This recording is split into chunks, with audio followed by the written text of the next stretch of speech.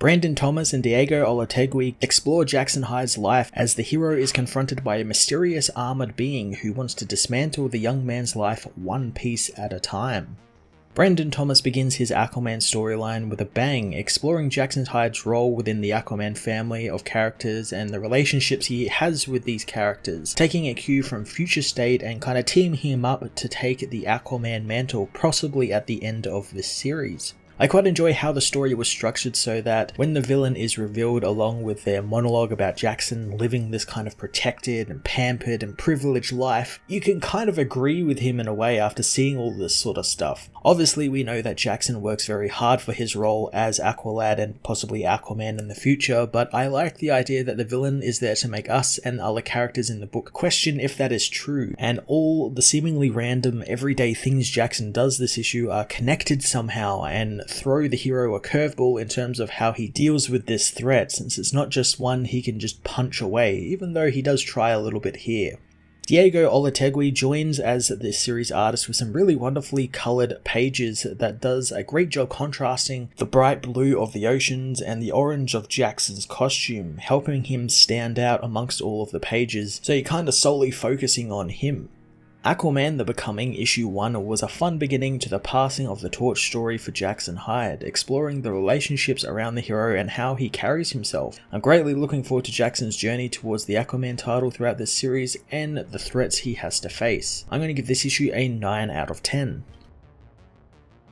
Aquaman the Becoming issue 1 finds Jackson Hyde fighting through the horde of parademons on Apokolips, told it will take more than blind rage to deal with this. Aquaman shows him that all of the Justice League are dead, telling him where to find the mother box at the bottom of a ravine, the box which he needs to use to stop all of this. More parademons arrive and Jackson knows that he can't do this, but Arthur knows Aquaman can. Jackson races towards the ravine, diving into the unknown and to the bottom of murky water where he finds the mother box. Touching the box, the simulation around him ends and Arthur welcomes his friend out of the tank, learning that the simulated Arthur is bad at pep talks, but he finally completed the simulation. Arthur is glad to hear it, saying that that sim is Batman's favourite challenge. Jackson tells Arthur that the simulation tank might be a bit too much for Andy when she gets of age, but Arthur knows that she'll be growing in the blink of an eye and soon she'll be kicking the hell out of Darkseid. Mera comes to remind Arthur that he has to meet Frankenstein on Mars soon. Kissing his wife, he tells her that he will miss her terribly, making Jackson awkward because they're getting way too comfortable around him. Arthur wants to help Jackson find a cute boy once he gets back, but the man knows he doesn't need any help with that. Mera tells Arthur to get going, leaving Jackson to take his leave as well, telling Mera that he's meeting his mother for breakfast, then doing some Titans business. Jackson speeds away from Atlantis, saying goodbye to his friends guarding the place as he heads up to Amnesty Bay,